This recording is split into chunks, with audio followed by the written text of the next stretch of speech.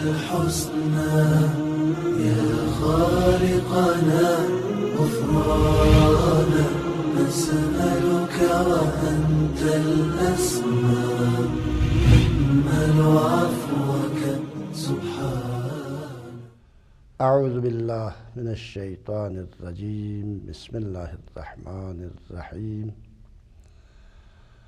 الحمد للہ رب العالمین وصلی اللہ علی سیدنا محمد وآلہ الطیبین الطاہرین سیما بقیت اللہ فی الارضین واللعن علی اعدائهم اعداء الدین. اما بعد قال اللہ الحکیم فی محکم کتابہ الکریم.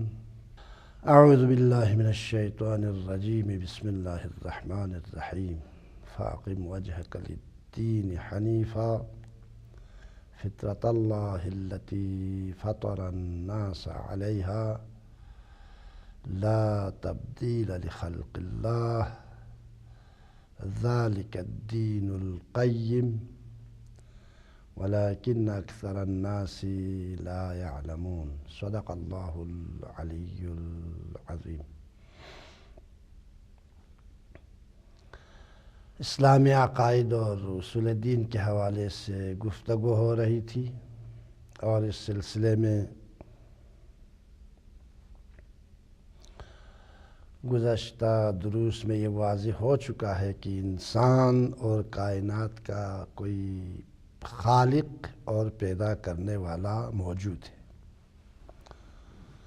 اور یہ کائنات خود بخود وجود میں نہیں آئی ہے، بلکہ کائنات کے تمام اجزاء کو وجود میں لانے والا، وجود عطا کرنے والا خدا کی ذات ہیں، جس کا کوئی خالق نہیں ہے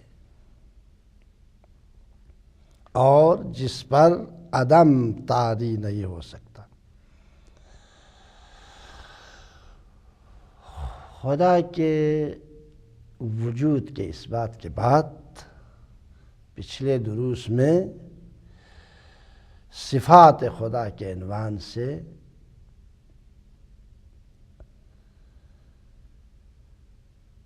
گفتگو ہوئی اور عرض ہوا. متکلمین اور علماء اسلام نے صفات خدا کو دو قسموں میں تقسیم کیا ہے: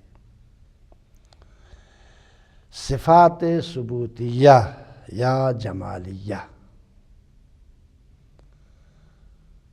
صفات ثبوتیہ یا جمالیہ، صفات سلبیہ یا جلالیہ.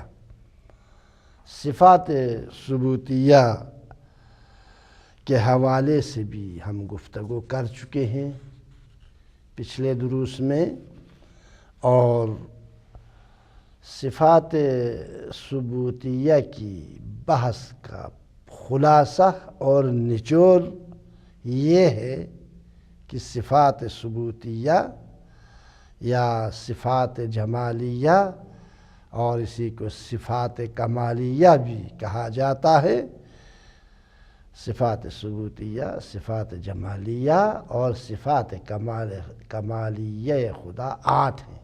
البتہ اسی میں محدود نہیں ہے، لیکن یہ اساس ہے. بقیہ صفات انہی صفات کے فروعات ہیں. اور صفات ثبوتیہ خدا 8 ہیں. خدا قادر ہے، خدا عالم ہے، خدا حی اور زندہ ہے، خدا مرید ہے، خدا مدرک ہے، خدا سمیع اور بصیر ہے، خدا ازلی اور ابدی ہے، خدا متکلم ہے، اور خدا صادق اور سچا ہے. ان 8 صفات کو متکلمین اور علماء اسلام کی اصطلاح میں صفات ثبوتیہ کہتے ہیں، صفات ثبوتیہ خدا کہتے ہیں. اور مذکورہ صفات کے مقابلے میں کچھ اور صفات ہیں، انہیں صفات جلالیہ، صفات سلبیہ یا صفات جلالیہ کہتے ہیں۔ تو آج کے سبق اور درس کا عنوان ہے صفات سلبیہ اور جلالیہ خداوند متعال۔ دو نقطے کا بیان ضروری ہے، اور پہلا نقطہ یہ ہے کہ صفات سلبیہ کا معنی کیا ہے، صفات سلبیہ کسے کہتے ہیں۔ صفات سلبیہ کا معنی یہ ہے کہ پچھلے دروس میں عرض ہو چکا، خداوند عالم کی ذات کامل اور اس میں کوئی کسی قسم کا عیب اور نقص نہیں پایا جاتا ہے، لہذا ہر وہ صفت جو نقص یا عیب خدا پر دلالت کرے ان صفات کو صفات سلبیہ یا صفات جلالیہ کہتے ہیں۔ بس صفات سلبیہ کا معنی یہ ہوا ہر وہ صفت جو نقص یا عیب خداوند عالم پر دلالت کرے ان صفات کو صفات سلبیہ کہتے ہیں۔ اور ان صفات کو یعنی صفات سلبیہ کو خدا کی ذات سے جدا کرنا ضروری ہے، چونکہ یہ خداوند متعال کی ذات اور صفات کے لیے عیب ہے، لہذا صفات سلبیہ کو خداوند متعال کی ذات سے جدا کرنا ضروری ہے۔ اور وہ صفات یہ ہیں، نمبر 1، پہلی صفت صفات سلبیہ میں سے یہ ہے کہ خدا مرکب نہیں ہے، خدا مرکب نہیں ہے۔ کیوں؟ اس لیے کہ ہر مرکب اپنے اجزاء کا محتاج ہوتا ہے، اور ان اجزاء کے بغیر اس مرکب کا وجود میں آنا ممکن نہیں ہے، اس مرکب کا وجود میں آنا محال ہے۔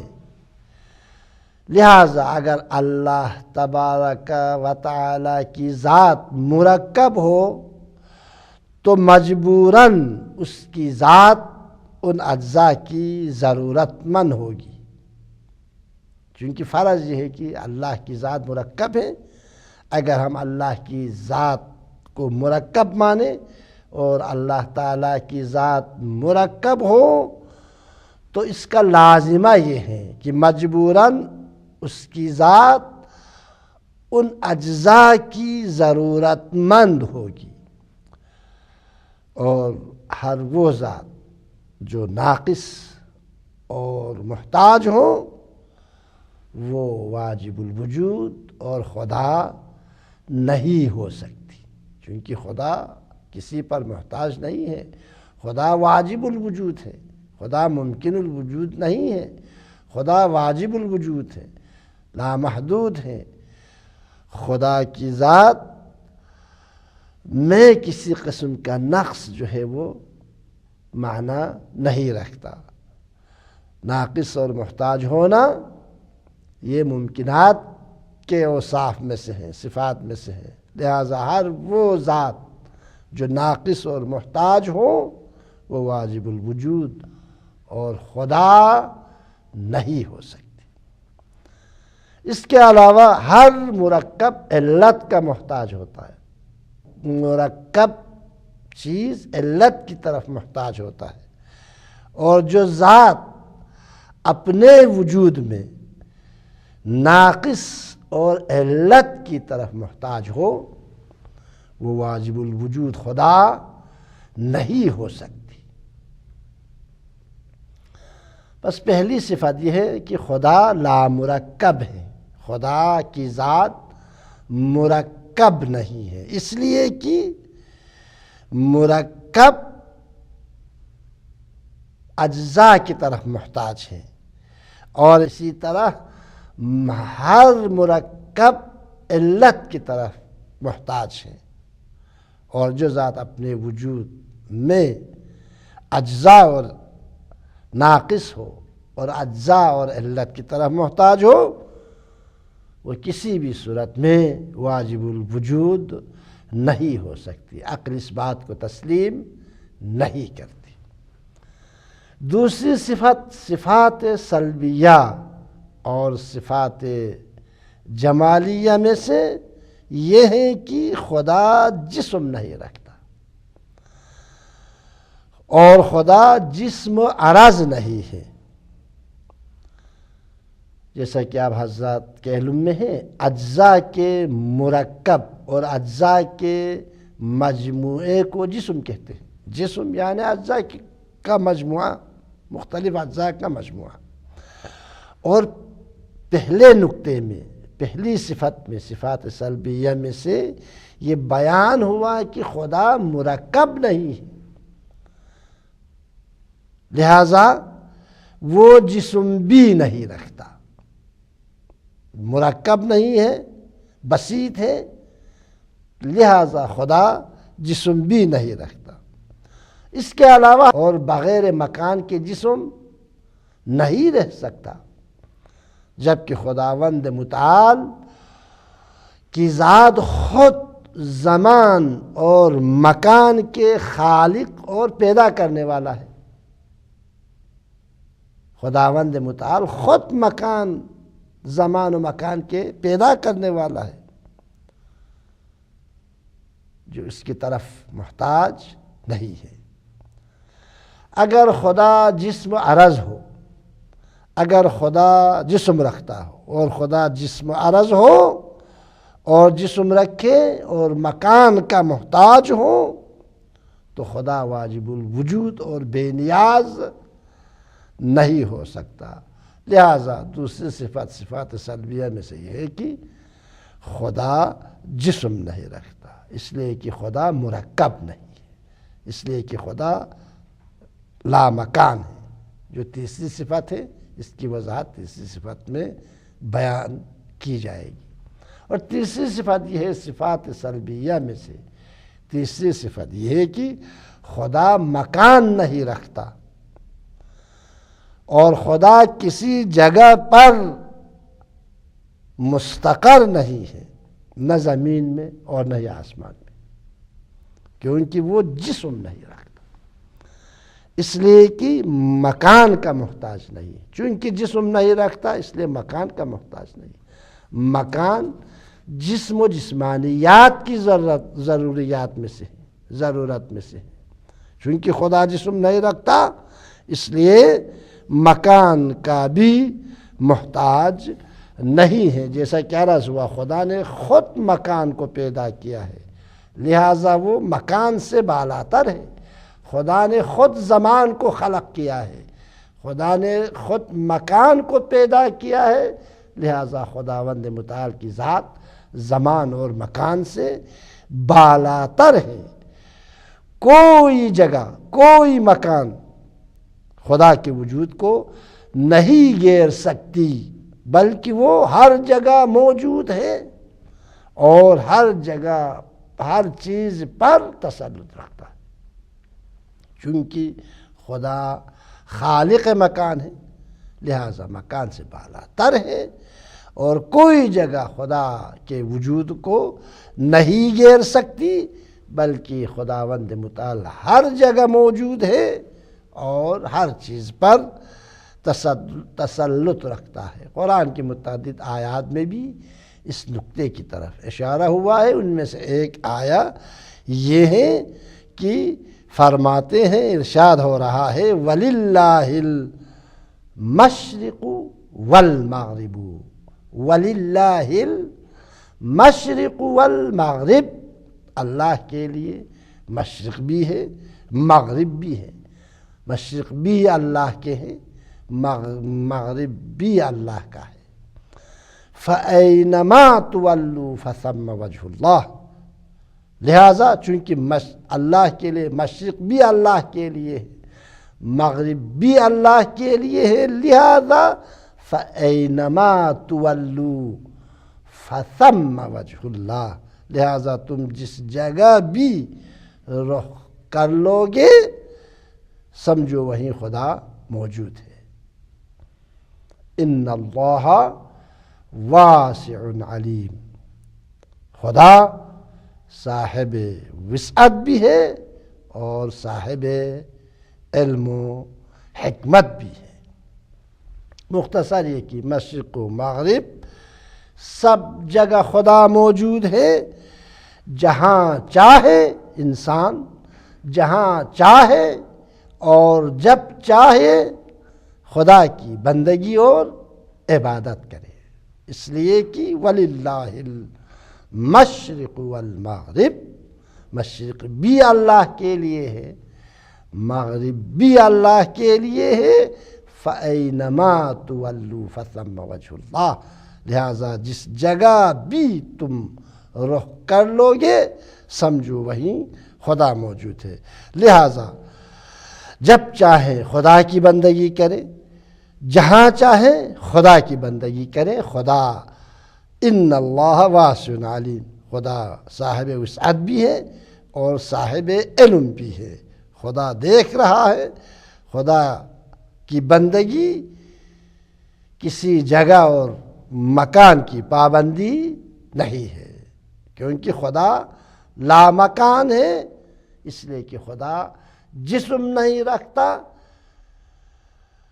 لطیف موجود ہے، لہذا خدا مکان کی طرف بھی محتاج نہیں ہے، اور خدا لامکان ہے اور کسی خاص جگہ پر مستقر نہیں ہے، اور خدا زمان و مکان کے خالق ہے اور اس نے مکان کو خلق کیا ہے، لہذا خدا کے لیے ناممکن ہے کہ وہ خود صاحب مکان ہو اور کسی مکان میں مقید ہو۔ لہذا تیسری صفت صفات سلبیہ میں سے یہ ہے کہ خدا لامکان ہے، یعنی خدا کسی جگہ، کسی خاص جگہ پر مستقر نہیں۔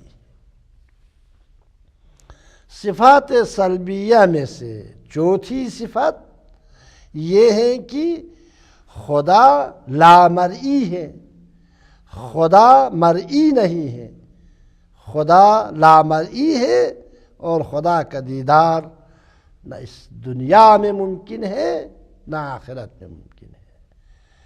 یہ صفات سلبیہ میں سے چوتھی صفت ہے، وہ یہ ہے کہ خدا مرئی نہیں ہے، خدا لامرئی ہے اور خدا کا دیدار نہ اس دنیا میں ممکن ہے کسی مخلوق کے لیے نہ آخرت میں ممکن ہے، اور خدا کو ان ظاہری آنکھوں سے نہ دنیا میں دیکھا جا سکتا ہے اور نہ آخرت میں، کیونکہ وہ چیز دکھائی دیتی ہے جو جسم رکھے، اور عرض ہوا خدا جسم نہیں رکھتا، خدا مکان نہیں رکھتا۔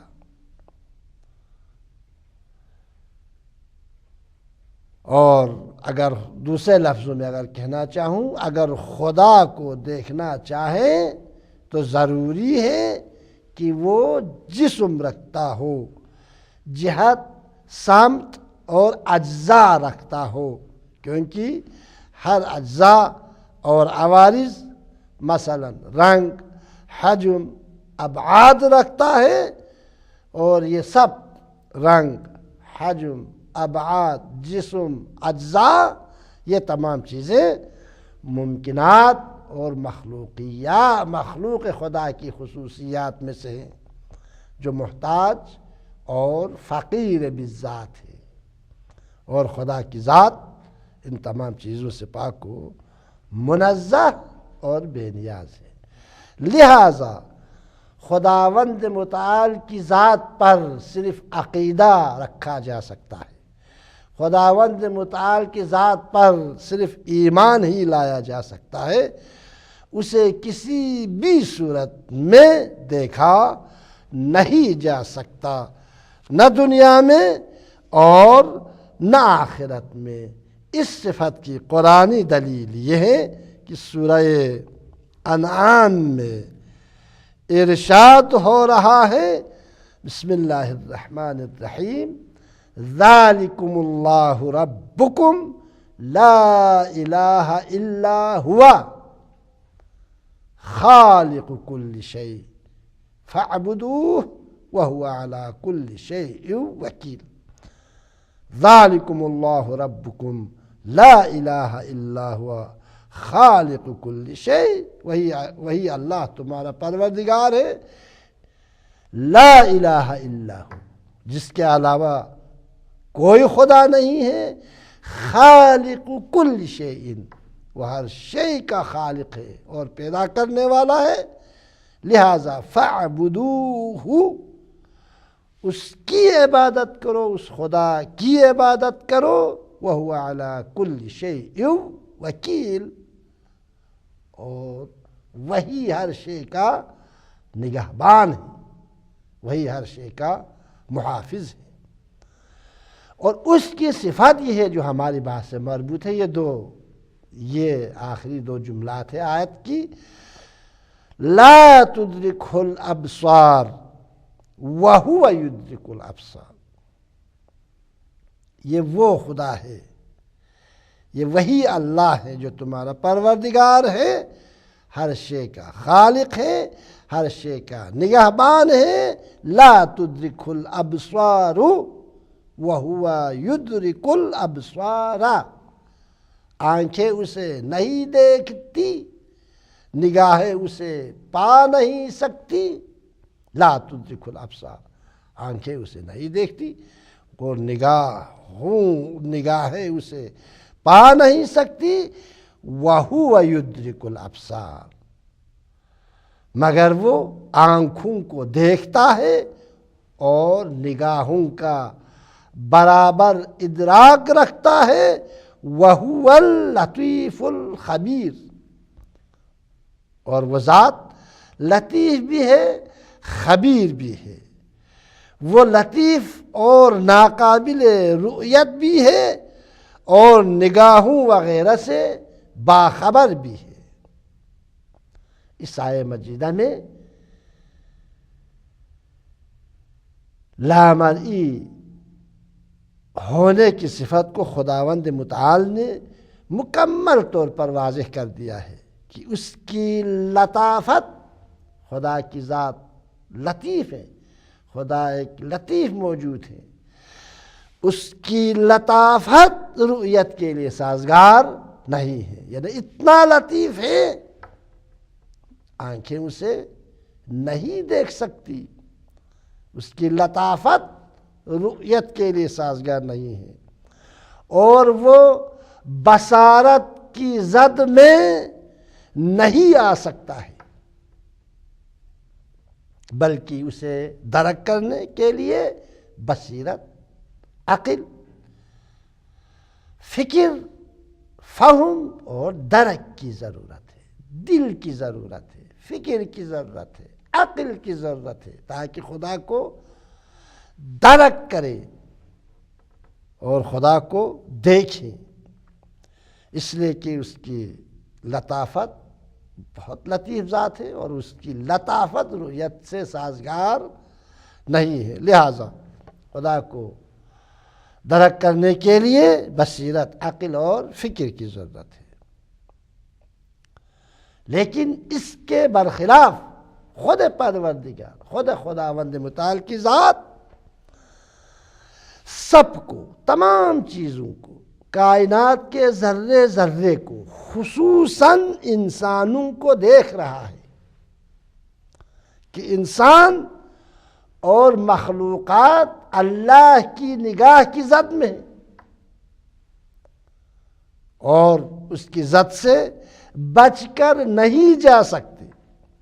مختصر یہ کہ صفات سلبیہ میں سے چوتھی صفت یہ ہے کہ خدا لامرئی ہے، خدا کا دیدار ناممکن ہے اور اس کو ان ظاہری آنکھوں سے نہیں دیکھا جا سکتا، ہاں دل کے آنکھوں سے اس کی زیارت ممکن ہے۔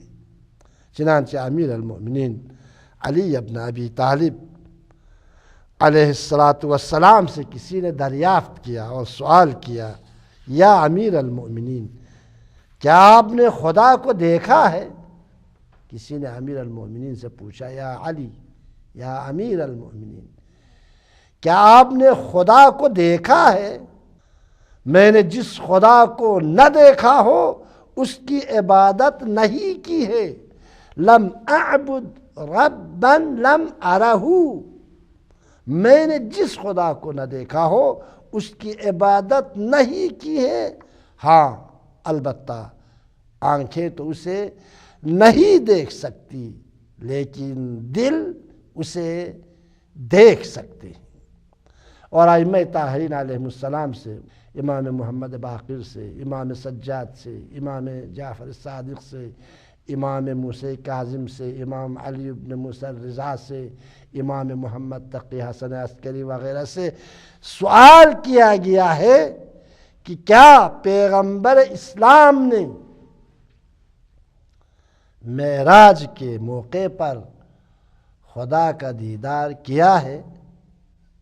اکثر ائمہ سے یہ سوال ہوا ہے، یہ سوال کیا گیا ہے اس وقت کے لوگوں نے، مومنین نے، مسلمانوں نے، کیا پیغمبر اسلام نے معراج کے موقع پر خدا کا دیدار کیا ہے اور خدا کو دیکھا ہے اور خدا کی زیارت کی ہے؟ اس کا جواب ائمہ طاہرین نے یہ دیا ہے کہ ان ظاہری آنکھوں سے تو نہیں، لیکن دل کی آنکھوں سے، ہاں ظاہری آنکھوں سے پیغمبر نے خدا کی زیارت نہیں کی ہے، خدا کو نہیں دیکھا ہے، لیکن باطنی اور دل کی آنکھوں سے خدا کی زیارت بھی کی ہے اور خدا کی دیدار بھی کر لی، دیدار بھی کیا ہے۔ مختصر یہ کہ صفات سلبیہ اور صفات جمالیہ خدا میں سے چوتھی صفت یہ ہے کہ خدا لامرئی ہے، یعنی خدا کو اس ظاہری آنکھوں سے نہ دنیا میں دیکھا جا سکتا ہے اور نہ آخرت میں دیکھا جا سکتا ہے، اس لیے کہ خدا کی ذات ایک لطیف ذات ہے اور خداوند متعال جسم نہیں رکھتا، لہذا خدا کو نہ دنیا میں دیکھا جا سکتا ہے نہ آخرت میں۔ البتہ جیسا کہ عرض ہوا امیر المؤمنین اور ائمہ طاہرین سے جو سوال ہوا تھا، ان دو احادیث کی روشنی میں عرض ہوا، اور عقل بھی اس بات کی تائید کرتی ہے اور تجربہ نے بھی اس بات کو ثابت کیا ہے کہ دل کی آنکھوں سے خداوند متعال کی زیارت ممکن ہے۔ ہم دنیا میں ممکن ہے خدا کی زیارت، اسی دنیا میں، ہم آخرت میں خدا کا دیدار ممکن ہے دل کی آنکھوں سے، دل کی آنکھوں سے، نئے ظاہر بصیرت کے ذریعے خدا کو دیکھا جا سکتا ہے، لیکن بصارت کے ذریعے کبھی خدا کو دیکھا نہیں جا سکتا، نہ دنیا میں نہ آخرت میں۔ اور صفات سلبیہ میں سے پانچویں صفت یہ ہے کہ خدا محل حوادث نہیں ہے، یعنی خدا کی ذات میں کسی طرح کی اور کسی قسم کی تبدیلی اور تغییر ممکن نہیں ہے، اور وہ جسمی حالات اور عوارض سے منزہ، پاک و پاکیزہ اور مبرہ ہے۔ مثال کے طور پر جوانی، پیری، ضعیفی، کمزوری خدا میں نہیں پائی جاتی، اسی طرح بھوک، پیاس، تھکاوٹ، غفلت، نیند وغیرہ کا احساس بھی نہیں ہوتا، کیونکہ یہ تمام چیزیں جسمی حالات اور عوارض اور جسم و مادہ کے لیے ضروری ہے، جسم و جسمانیات کے لیے ضروری ہے۔ اور پہلے بیان ہو چکا ہے کہ خداوند متعال جسم و جسمانیات اور مادے سے پاک ہے، لہذا خداوند متعال کی ذات محل حوادث نہیں ہے۔ باقی صفات سلبیہ کے 5 اور صفت باقی رہ جاتے ہیں، انشاءاللہ اگلے سبق اور اگلے درس میں ان صفات کے بارے میں گفتگو کریں گے اور ان صفات کی وضاحت کرنے کی انشاءاللہ ہم کوشش کریں گے۔ والسلام علیکم ورحمۃ اللہ وبرکاتہ۔